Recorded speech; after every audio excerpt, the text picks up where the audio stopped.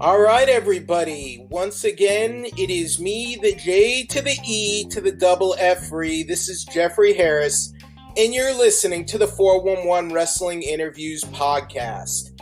All right, back for this week. We have an interview with OVW wrestler, longtime veteran, the self-proclaimed best heavyweight in the world, Jay Bradley. Jay Bradley is also a former OVW heavyweight champion, tag team champion, TV champion.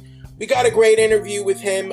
He's also the head trainer of OVW right now. We talked to him about what's going on with OVW. He's had a very long career. He's worked in WWE, NWA, TNA, and now he is part of the OVW roster. So here we go, our exclusive interview with Jay Bradley.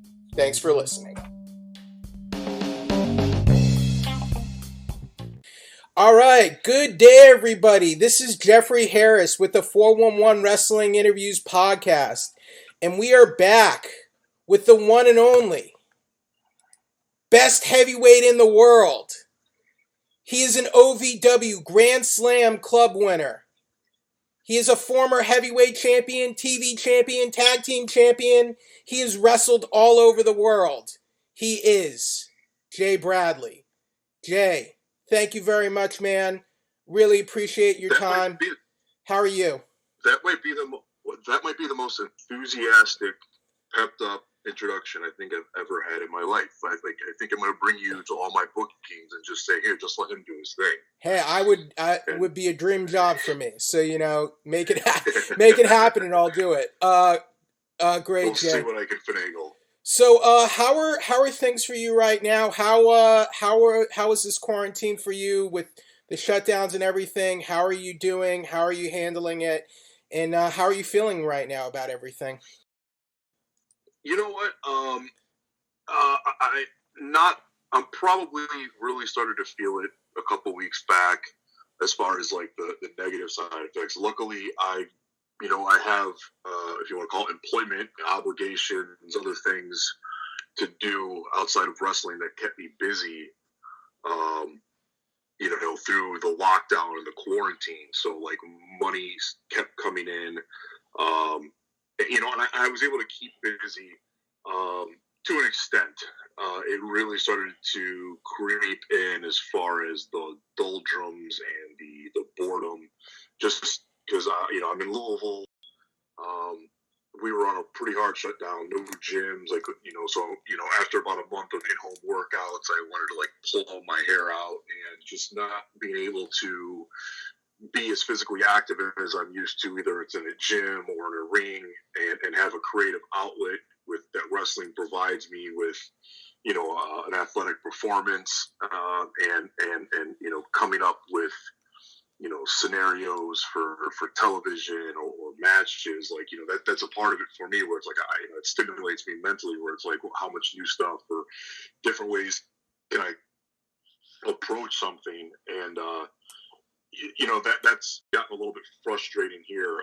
Not to get too political, the governor here in Kentucky seems to be, very hard on letting restrictions go, and very slow to do that, despite us being a very low COVID number or, rate here in the state and in the area.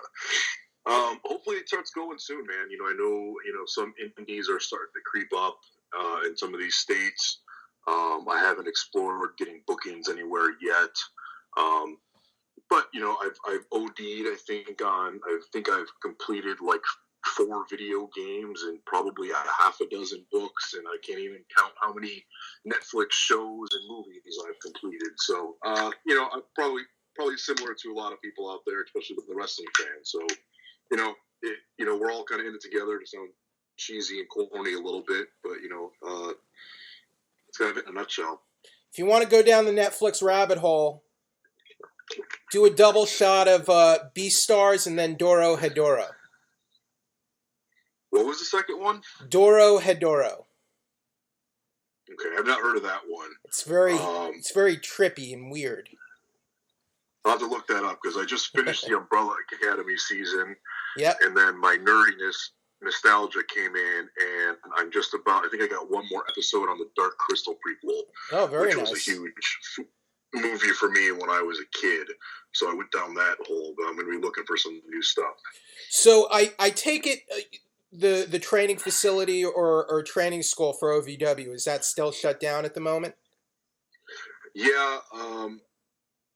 Unfortunately, I say that there's good and bad to it because Kentucky has a Kentucky Boxing Wrestling Commission here, so everything is licensed. Whether you're a talent, a wrestler, a boxer, MMA, whatever, referee, timekeeper, everybody is licensed, and it's overseen, which is an extension of the governor's office.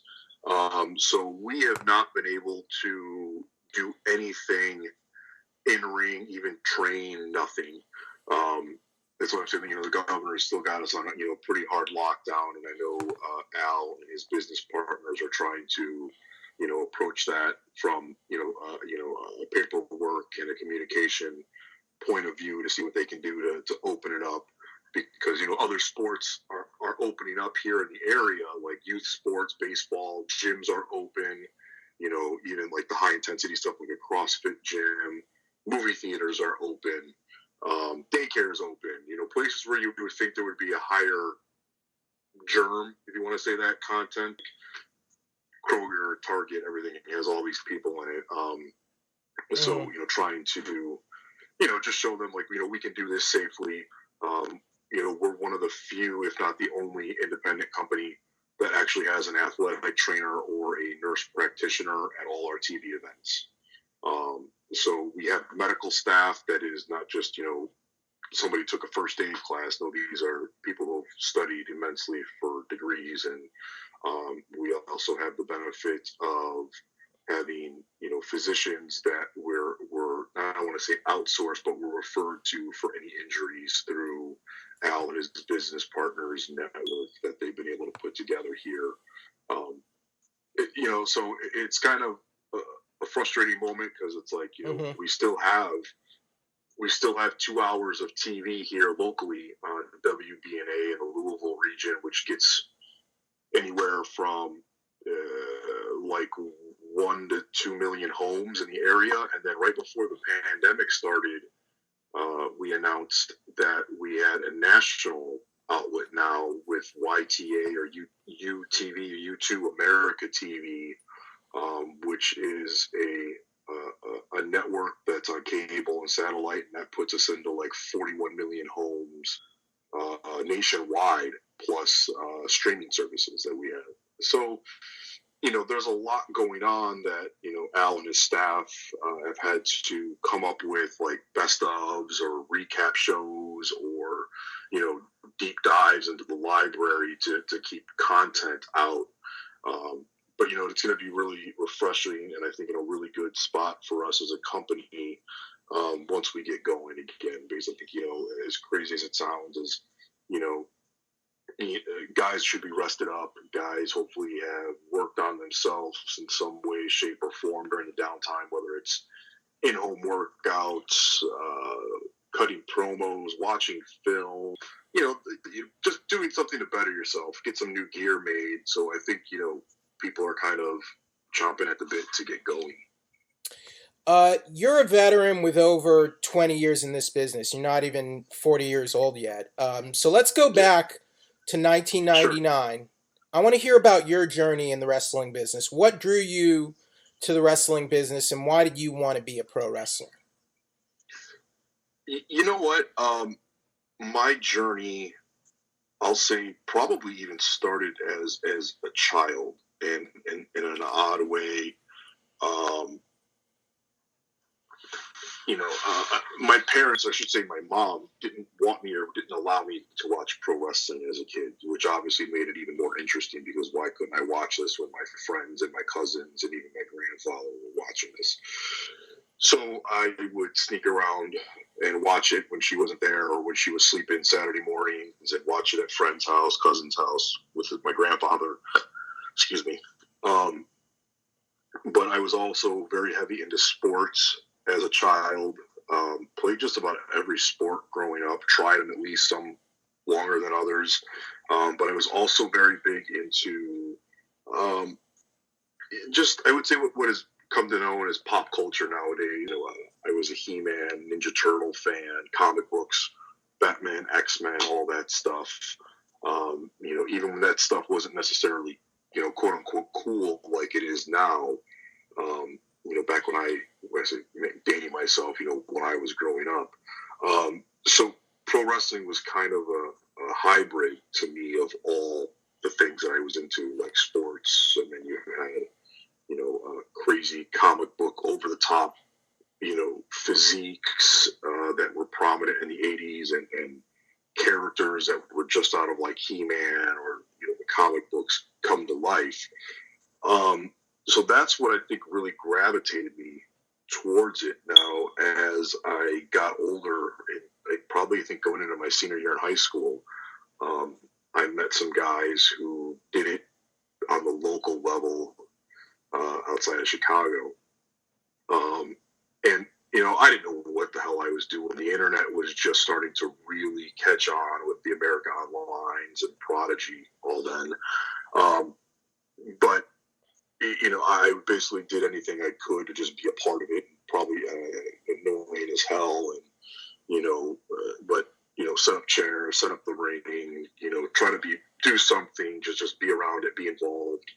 And then through that, I met Danny Dominion and Ace Steel, and they had their school up on the north side of Chicago, the Steel Domain, and that's when training started. I broke in, CM Punk was there, Colt Cabana was there, Adam Pearce was around a little bit. It sounds like I'm name dropping, but these are the guys that I got to train with and come up with. Another gentleman that was very instrumental with me, who probably people don't know, is Kevin Quinn, who was very prominent in Mexico and Puerto Rico when in the 90s, when they were very hot business wise. And then he went out west and helped train people like Samoa Joe and Rocky Romero and TJ Perkins. So I always felt that I had a lot to prove, essentially. Not that, we're all in this business together, or you're trying to help each other sometimes if you're buddies or you're training partners, but I had a lot to live up to, So with that, it also made me very, very hungry to follow what some of these guys had already done and are still doing in wrestling. Ace is a coach down at the Performance Center now. Adam's an agent with WWE. You don't need to tell you what like guys like Punk and Cabana did or done or still doing. Mm-hmm. So that was my early years, and just hustling the indies around the Midwest scene. Okay, so Chicago, coming out of Chicago, the Steel Domain Wrestling School, legendary names like Ace Steel, training under those guys, Ace Steel, Danny Dominion, Kevin Quinn. What did those guys give you, and how did they help mold you, and what did they give you that, you brought with you and you're still taking with you today? You know what? The one thing that I always tell people when these guys go, they gave me a really good, solid foundation to grow off of. Wrestling schools back then weren't as widely available as they are now. Like I said, the internet was just starting to go.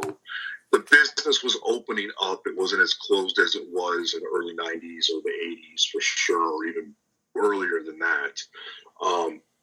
But Danny and Ace and Kevin, they were trained by guys who had worked the territories, had come from Vern's camp in the AWA, or had experience down with Memphis with Lawler and the Jarretts. Another veteran that was good to me early on was a guy by the name of Rockin' Randy, and you probably don't know that name, but he worked as Jerry Fox on a lot of early WWF TV as like an enhancement guy. They would call him and bring him around the loops when they needed to get guys over or make them look strong or whatnot. And he did the same in WCW. He was just one of those journeyman enhancement guys. So I got a really, really good solid foundation of the basics of pro wrestling that then I was able to build off of. And I think that's the number one thing. And then as I went out there and, screwed up, fixed things, screwed up again, screwed up even more on the indies, and, bounce around and learn different things or get in the ring with people who maybe are way above me or way below me on the experience or the talent spectrum. Like, I was able to always fall back on that foundation and then grow because of it. So that's what I would say that is the thing I really took away and still, look back on and hang my hat on. Now, you've been through the WWE developmental system. You've been through Deep South and FCW. You've been in WWE. So I'm curious, is there a WWE style, as the internet wrestling community likes to call it? Do they call it the WWE style? Do they teach a WWE style in developmental? I'm curious about that. You know what? The more I think that is a tricky question, and that's not that I'm trying to not answer it, because my answer is I think more than what they term the WWE style is learning to wrestle for TV, right? Learning to wrestle for the cameras as opposed to the live audience, and also learning to wrestle in a way that still accomplishes what needs to be done, but also preserves your body. Because you got to remember, like, WWE, you might go 5-6 days a week, maybe 3. So, are you going to be able to go as hard as you could if you're wrestling one indie a week? Or if you had 2 or 3 matches, one, like if you're on a tour in Japan and you had a match Saturday, but you don't have another match until Tuesday or Wednesday. That to me is more the WWE style, and they're more, they're very big, and I'm a proponent of it. Is they're selling, but it's not necessarily the selling of pain that has been inflicted. It's selling everything, and as a wrestler, I think that's a dying thing. We're always selling something. We're selling our personality. We're selling us as an athlete. We're selling the moves that we do or the moves that we receive. We're selling a storyline. We're selling tickets. We're selling merchandise in very indirect ways. It's always going back to selling. So I would say those are the big aspects when people say, well, what's the WWE style? It's like, well, sell, because, we're always selling something. What is it? What are we trying to sell? Because this business always does come down to money. Mm-hmm. Maybe more so for the older generation, but that's the way people like Vince and businessmen still look at this business, is what's my bottom line. So if you're not selling me tickets, or what you're doing isn't helping me sell tickets, or you're not moving merch for me, or like it's all going to trickle down to that. But the cameras are also a huge aspect of it. You got to remember, here, for instance, at OVW, we have anywhere from, I think, 3 or 4 cameras. Okay. Mm-hmm. So you go to WWE, you might have 6 to 8. So, and it's just a matter of wrestling at a pace or wrestling in a way to make sure the cameras are picking up the best they can. So it's coming across on TV. So again, the trickle-down effect. So you've been able to sell that story, that the persona, or we're able to attract not only advertiser dollars but fan dollars. So I think, to me, those are the 2 big things that I would always go, well, that's the real WWE style. Because look at some of the guys that they have in there and have had in there, mm-hmm. Arn Anderson, Finley, Regal. Ricky Steamboat was there when I was around. Barry Windham was there when I was around. Adam Pearce. Adam Pearce, who never even wrestled for the WWE full time. Like, he did some enhancement stuff. But, think about the diversity of the style those guys all wrestle. So would you call any of those guys really WWE style. Right. No, but they were just very good. They were very good at what they do, and they understood what needed to be accomplished. Now we just have to put that into a television presentation. So I think, in a way, that's one of those things where it's an internet myth, where it's like, well, why does this guy need to learn the WWE style? He's successful in Japan or Europe or everything. Well, every company wants you to do something a certain way, and when you've got 6 to 8 cameras and literally millions of dollars into a television production, guess what? You want to make sure your contractors or your athletes make the most of it. So, I mean, your experience, you've gotten to wrestle all over the world. You've wrestled in Japan, Europe. You've had runs in TNA and NWA, in NOAH and Wrestle One. Do you like to take something from like each of these places and bring it forward with you? Do you always have to be open to learning new things? I'm just curious how you view that as a wrestler. Yeah, I do. I try to be very open because, look, the other aspect of it is obviously, as a wrestling fan, you can look at it and see, well, Japanese wrestling is different than what sells in America and vice versa, right? So if I was necessarily to go when I went to NOAH and wrestle like maybe how I would in some places here, it wouldn't have worked. It wouldn't have got over. Which also goes back to having a strong foundation of pro wrestling, the basics, what this business is about, what needs to be done in the ring, how to do it safely, and make it still look crisp and good. The big one I think that is gone by the wayside too nowadays, modernly, is just being able to read a crowd. I'll go back to when I was in NOAH. It's a matter of understanding the style or the philosophy, the type of pro wrestling that this company presents or has presented or wants to present. And then with that, also understanding what the crowd is buying into or what they're getting with, what are their expectations.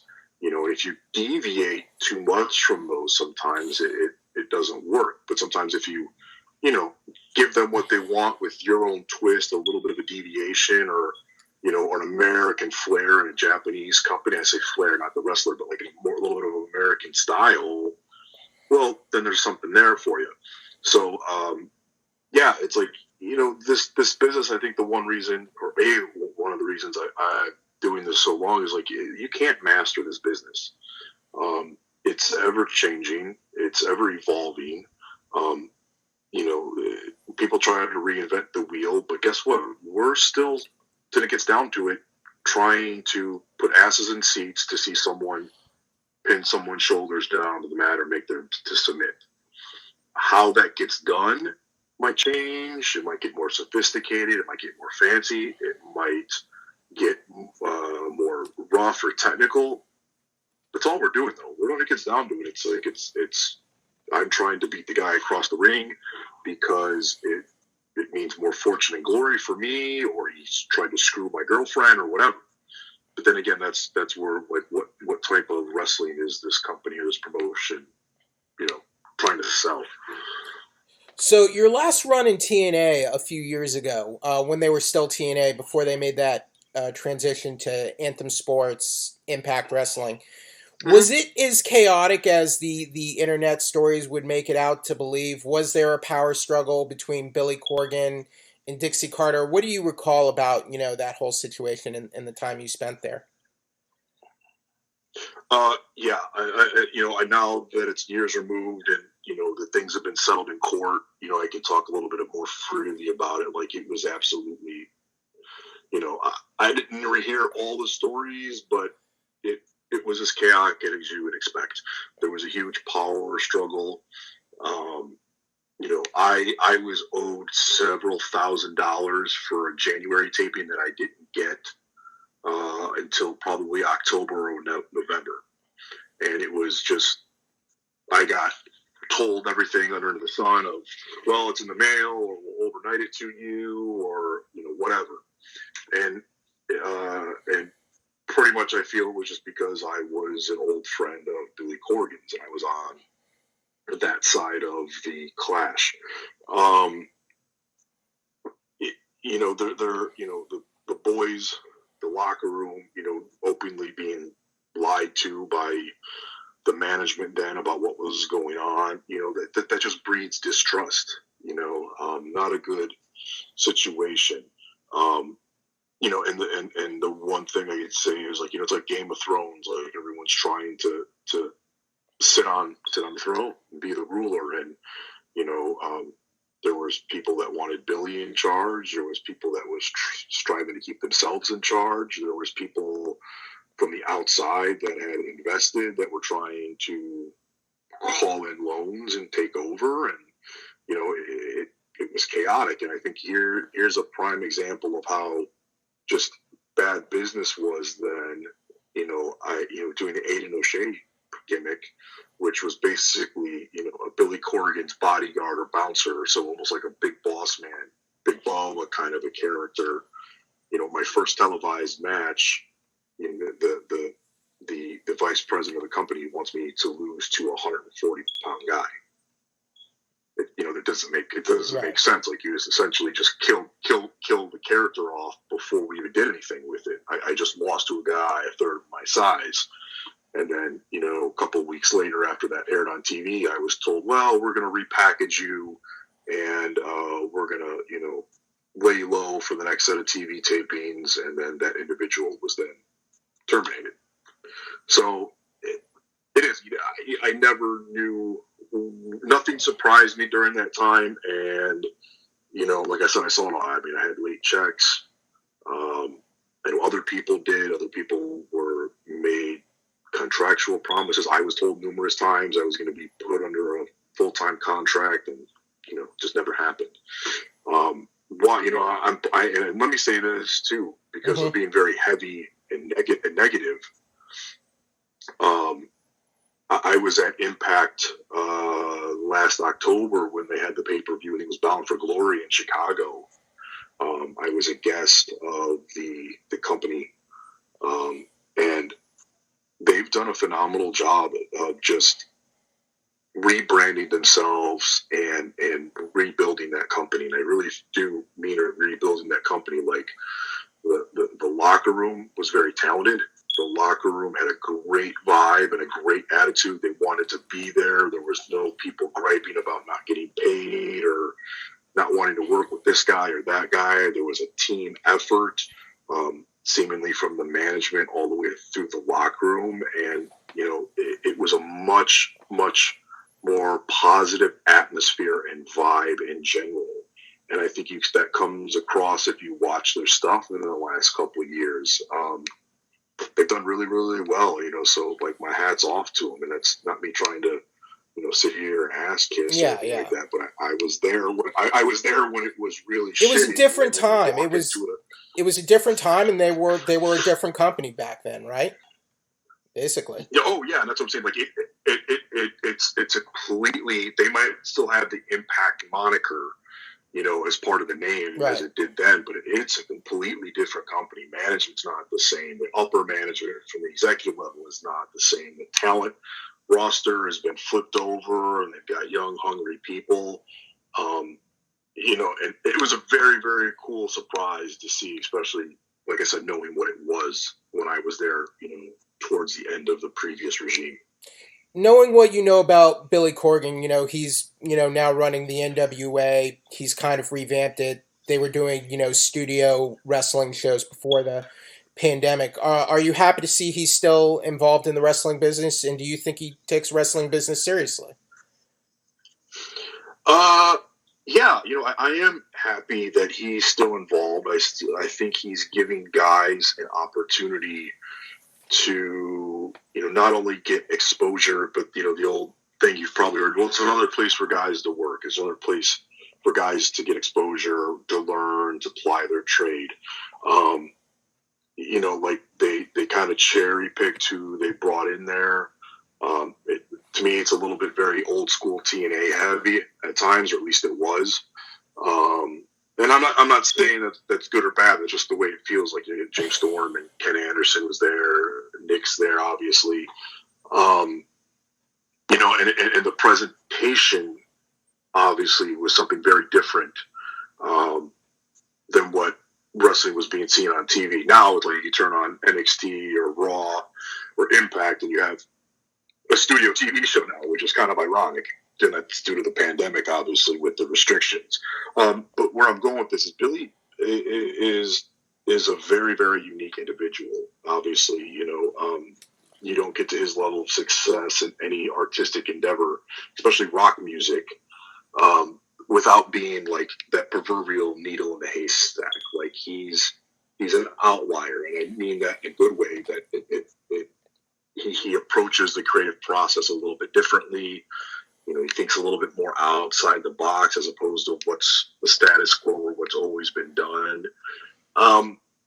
So I've worked with him in the past too, not only at TNA, but doing some stuff on the indies in Chicago. And honestly, like, I never had, a poor interaction with Billy personally or professionally in the pro wrestling business. So, yeah, I definitely think it's a good thing. You know what I mean? I'm interested to see what he's going to do with the Carneyland. He's approached me about maybe doing some stuff with him in the future. We'll see what happens there. I did a little bit of the NWA stuff in the past with challenging Willie Mack when he was the one of their champions. I think right now everything, unfortunately, is on a standstill. We're waiting for what way the world's going to go, at least from the health spectrum, with the restrictions on the lockdown or COVID. How do you do a studio TV show with limited capacity when you're already under a limited capacity option? So, we'll see. We'll see what develops. I'm sure he'll find something creative in some way to keep things afloat and keep things interesting. That's kind of what he does.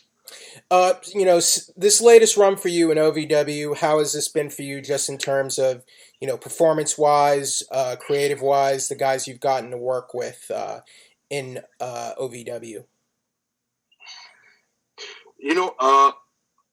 I'm in a different place than I was before, personally and professionally. Like you said earlier, I'm over 20 years in. I'm much more of the, as Al would say, I don't want to call myself like a standard, but, like a senior member of the locker room. Right. I'm also the advanced class coach for the pro wrestling. So we have 3 levels we have the beginners, the intermediate, and the advanced. And once you get to me as the advanced coach, I strictly concentrate on things like character development and wrestling for TV. Those camera things that I mentioned earlier with WWE, or just, a more advanced take on pro wrestling, as opposed to like, okay, here's your 5 or 6 bumps. Let's come up with 5 or 6 moves and get some cool tights. And I dive deeper with my classes, typically more of a mental exercise than the physical, because these guys know what they're doing physically in the ring. Now I'm trying to challenge them to the how and why, and to get the most out of their effort. But aside from that, being a coach, it's a learning experience for me. It's not the first time I've coached, but I've got like essentially 1 foot in the locker room and 1 foot in the coach's office. Like, I have to straddle that line to to be professional in both worlds. And it's a unique position, but I'm really enjoying it. I've been working with a lot of not only as a coach, but on the events for television, a lot of I will say, like, more inexperienced guys. They only have a couple of years into this business, and helping them build on that foundation that they have. Like, okay, like, I know my bumps, I know my moves, the basics, but okay, so how do we tell this story between him and I, or the group that I was a part of, which was like the main heel stable here, the Legacy of Brutality, like, because we're all bigger guys, but we're all very different personalities and at different wrestling levels of experience and different strengths. a lot of the guys that I've worked with, not a lot, the two of them are really young, Corey Storm and a young boy that I named Dimes. They're smaller guys, you would call them a cruiserweight or junior heavyweight. So like there's the David Goliath, big man, little man story that's kind of, always easily, accessible to a fan to understand, but, really helping them, at least, I don't, because obviously they're putting the effort in, but helping them take the next steps and to grow and to see where we were 6 months ago, 9 months ago, a year ago, to where they were the last time I wrestled them. It has been a really cool process, and on the other side of it too, there's some guys that, you see so much in, there's potential, whether it's, their personality, their athleticism, their look, whatever, all of it. But, they don't put the effort in. There's some laziness, or it's just not clicking with them mentally, so it's not working in. That's where it comes in as like that senior member of the roster or that coach, where it's like, it's frustrating for me, and it's a lesson for me of like, how do I reach this person? How can I make this person better? And that's a growing process for me, but there's also the part of it where there's sometimes where the old saying goes, you can lead a horse to water, but you can't force them to drink, so there's also that aspect to it. So that's more so what it's been for this run, where before I was strictly talent. Right. I was under contract to a major company and at their beck and call, where here I have a little bit more, liberal freeway to how I do things. And luckily enough, with my previous work with Al and my relationship with him, he trusts me to do that. And, I've been able to develop a good professional relationship with his business partner, Chad, who trusts me enough that I'm going to do good things and the right thing for not only the other talent, but for the company. Now, tell me about the relationship with Al Snow, who we're talking about, a wrestling legend. Since he came in, does he have much input in the training curriculum? Does he collaborate with you on that, or is it generally giving you free reign, or how does that work? It's a little bit of both. Al's had his hand in the last probably 20 years training significant amount of major players, whether it was a TNA or WWE, Tough Enough, his time as an agent with TNA, he's dealt with everybody who easy to work with, hard to work with, really talented, not really talented, naturals, completely, he's got the whole spectrum. So, I often bounce ideas off of him or pick his brain how to help be a better coach. Excuse me. But as far as the actual workouts, a lot of that is left up to me. I have a direction that he wants me to move the talent in, the students, the trainees, whatever you want to call them, the topics he wants me to cover, and how I do that, he leaves up to me, which goes back to that relationship of, he trusts that I'm going to do the right thing and help these guys out. And go from there. So, typically what I do is, we're a TV product here, and we're trying to get these guys ready to be a even bigger product on a bigger TV. So, once a week we do promos, and we literally break down promos, and everyone does a promo. And then one day we might just do matches where I might set matches up. I might just call them at random. I might put restrictions on guys. I might curveball them and change something, you know what I mean? And make them think on the fly. Another thing that I think is invaluable here as a coach for athletes of any kind is tape review. Watching yourself. So Al or myself, well, it's usually Al because he loves doing this kind of stuff, but I'll do some of it too, where we'll review matches that we've done from television and even in practice, and we'll break it down. Like, why did you do this? Why did you do that? You could have done this, and this. You could have you could have progressed your match in a more efficient fashion if you would have just paused or slowed down or done something differently. And a lot of times, when we're in the heat of the moment as a wrestler, we're thinking about, oh, we talked about this in the back, or I want to do this cool move or this spot, but it doesn't fit at that moment. Right. And then, you watch it back on tape, you can see why it doesn't fit. And then the other people can see. So not only are you learning firsthand, but the people around you are learning secondhand. So it's such a valuable tool. So those are the things that I kind of concentrate on. And, my relationship with Al, I've worked with him as he was, the trainer for my time at OVW with WWE and Impact. He was the agent. He was the head of talent.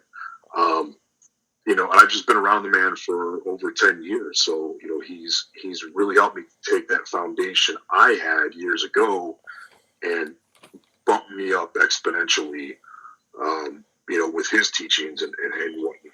So it's been good. Okay, so as the trainer, are there ever any like bad habits that are tough, to train out of guys who are green or, still new to the business?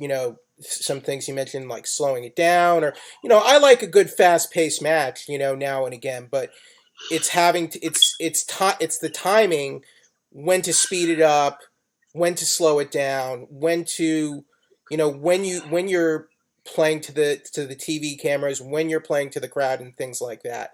But I'm just curious, what it's like as a trainer from your perspective in terms of bad habits that you want guys to break.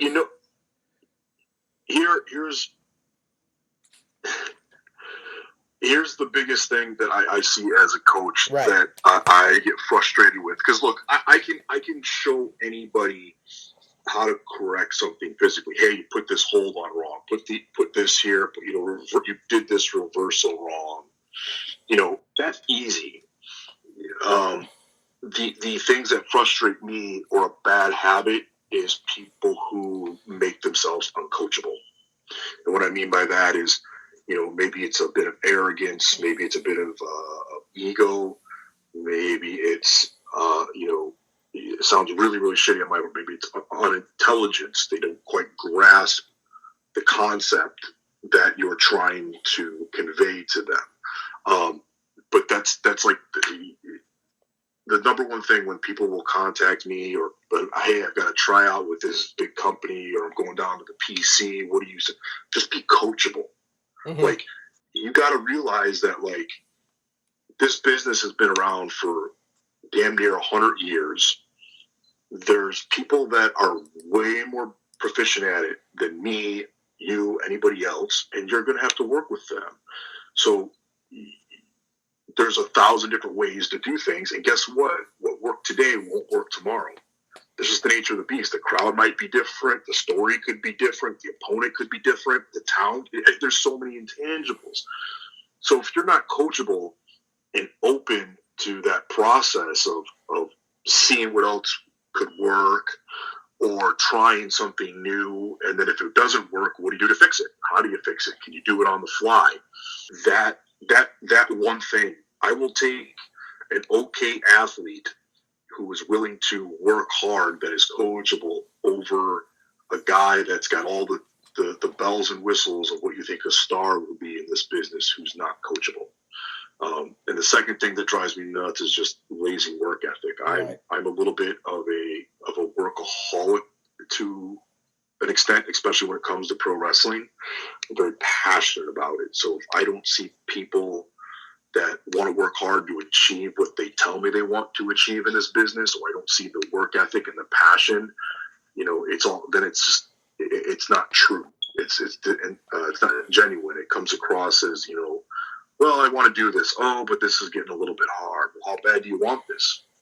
Dr. Tom, they had a saying something like, if you want it, what was it? Now I'm going to misquote Dr. Tom. The T-shirt on it. I can think of it. He used to say it all the time in practice.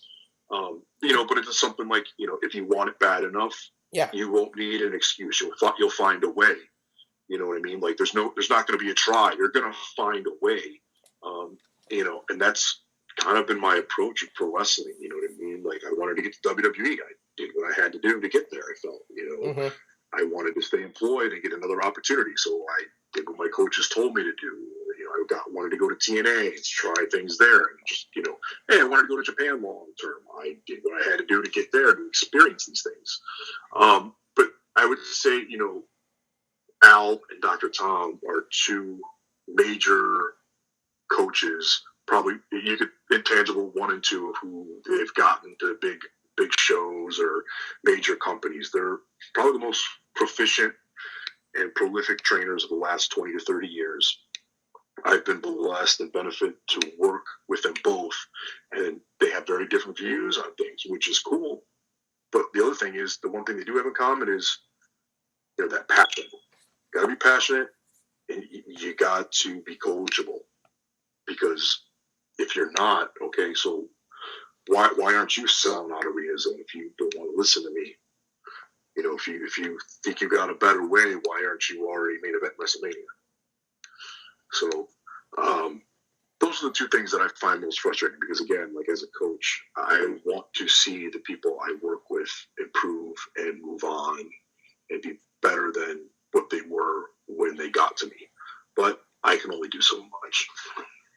Now, the thing that's been frustrating for me as a viewer and a fan for these past few months is, before, this pandemic and, all these shutdowns, it seemed like the business was sort of in a very sort of moving forward, I feel like, in a very positive direction, just in terms of the variety that fans had. And I felt like smaller promotions were getting a handle on this sort of new media era with streaming media, video on demand, streaming services.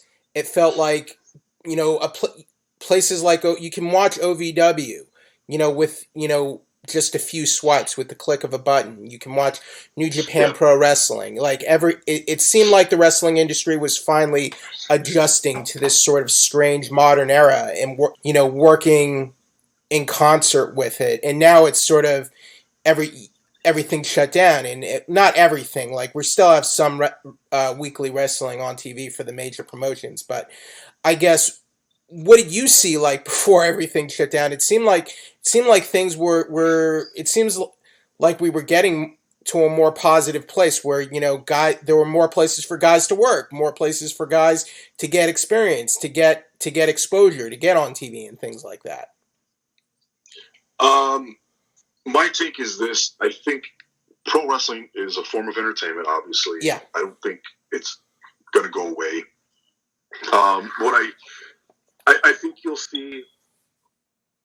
I'm trying to get my thoughts together. So you're going to see the companies, I think, that have like some sort of like major, and I say major, but like some corporate money behind them continue. Like, obviously WWE, AEW aren't going anywhere. Impact's not going anywhere. They're owned by, $4 billion a year entertainment company. Vince is a billion, whatever the hell WWE's valued at. Like, AEW, the Khan family is billionaires. Even companies like ROH, who is Sinclair backed, or an MLW, who has multiple television deals all over the world now. These places, or even like an NWA, who Billy's being very smart with how he delivers his product and the finances of it. I don't think those places are going to go away at all. They might have to slow down, like we've seen. They might have to alter the delivery for a little bit. But what I do possibly see happening is, like, a lot of the smaller indies they might not come back due to the economy, people being out of work, people not wanting to devote the time and the money into putting on an event when they're not sure there's going to be a financial gain later because they've been out of work for 2, 3, 4, 5 months this year. With that, I also could possibly see the talent pool altering a little bit. I think, hey, if you have less independence to work, or there's less spots available, on an event, or the the event is a little bit more, we'll say a higher quality, higher profile event, like, well, some of the lower end of the talent pool might end up going away just because the opportunities to get work or be booked are going to go down because the talent who is viable and ready is going to take the spots that are left. And here's the other part of it, the dynamic that I think people are overlooking too is like a lot of these businesses, like say Pro Wrestling Noah just got purchased by the same owners that own DET, and they're now on a streaming service. They're corporate backed. People have ingenuity. You know what I mean? Like they'll find a way to keep money coming in. These companies will find ways to, to stay profitable. You just saw WWE unfortunately release, 30 of my coworkers or buddies and people I've crossed paths with. Part of that was just making themselves deem profitability during a pandemic. So you got to remember some of these, the ones that are actually run like companies, with some sort of a structure or management, I think they're going to be fine. Some of the smaller groups, or like I said, it's like, well, I got to run one show and hopefully make enough money to afford a second show. Those places might not come back. And it's the sad part because, it's like guys need places to work to just enhance themselves. But on the flip side, the creek's going to rise to the top. It always has. Okay, so you like the boomstick lariat, but do you have another favorite wrestling move or wrestling hold? It could be anything. It could be a side headlock, Irish whip, anything like that. I used the other one that I used as a finish in Japan, which was I called it the Second City Slam, which was they call it the Muso in Japan, which is actually an old sumo throw. It's actually the hold and the move that beat Kobashi to end his legendary title reign. And when I was in Noah, Marufuji had talked to me. He was like, so many guys had tried to use that big clothesline as a finish in Japan because of people like Hansen, that he suggested it would be helpful that I did something else afterward, like a bigger, powerful move. So I knew of this move from my fandom from Noah years ago, and I adopted it, and it worked for me. Which goes back to the other question, what do you said, how do you adapt, and what do you take with you other places? Basically, it's just it's an amateur sumo. It's a high crotch throw. I waist lock the guy, and then I come from underneath between the legs, and I lift him up high in the air, and I turn him, and I drive him straight to the ground from almost 7 feet in the air. So it's an impressive, powerful maneuver for a guy like me who's almost 6'5" and almost 300 pounds, and looks good on TV. And going back to the camera stuff, you got a guy holding him up on my shoulder, you know what I mean, like in pop, and he gets thrown down. So that's another fun one. I know I'm a big fan of I do a variation of the old Vader splash off the second ropes, but instead of a splash, I turn it into a elbow drop. That's been another favorite of mine. Just because, I'm a big Vader fan from my days as a fan as a kid, and just twist it a little bit to make it my own. Oh, very nice. I don't do anything like that. Okay, so last question, Jay, and I really appreciate all this time. If you have any social plugs, any OVW plugs you want to share, I wanted to give you that time to do it. Just anything, sure. Any projects you got, you want to tell the listeners, wanted to give you that time. Go ahead. Sure. You can find me on both Twitter and Instagram at Jay Bradley PW, JayBradley PW for pro wrestling. That's both on Twitter and Instagram. My Facebook fan page is simply facebook.com/JM Bradley, just like my name. At OVW Wrestling on Twitter and Instagram, and OVWWrestling.com are the links or the hyper, whatever handles, hyperlinks, I don't know what you guys call them nowadays. That's how you find them on social media and the internet. Give yourself a Google search for YTA U2 America. It's out of Austin, Texas, I believe. It's a small network that carries OVW and Championship Wrestling from Hollywood. They're also on the Roku app. I think OVW is the YouTube channel. You can just search OVW and Ohio Valley Wrestling. It'll pop up. They will put their weekly episodes up. I think we're on Apple TV, Roku TV. Those are the big ones going forward. And if anybody's interested, you can hit me up. I've got some new collar and elbow T-shirts that are pretty badass coming here. I should have them actually any day now. A gentleman out of the UK designed it for me, where I'm literally boomsticking some poor guy's head off of his body. So little graphic violence, but it's very fitting for Jay Bradley. Very nice. Jay Bradley, thank you very much for your time. You guys keep doing what you're doing. And I know, you guys are going to come back, and we're going to see you guys stronger than ever. Really appreciate it. This has, been, I think, one of the most informative interviews I've ever had on my podcast, so I really appreciate it. So thank you very much. You've been listening to Jay Bradley, the best heavyweight in the world, the OVW Grand Slam champion, on the 411 Wrestling Interviews podcast. Thank you, everybody.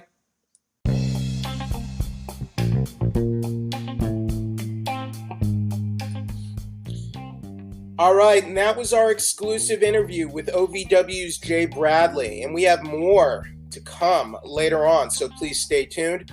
Also, if you're listening to us on Apple Podcasts, if you could give us a 5-star rating or review, I would very much appreciate it. If you found us on YouTube, on the 411 Mania YouTube channel, if you could give us a like, comment, or subscribe on this podcast, I would also very much appreciate that. But thank you very much for listening in these very trying and bizarre times.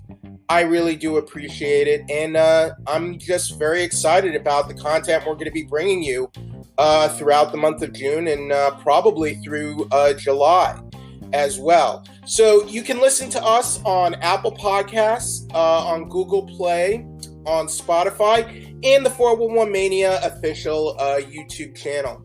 Until next time, I am the J to the E to the double F-ry, Jeffrey Harris, and you've been listening to the 411 Wrestling Interviews podcast. Have a great day, everybody.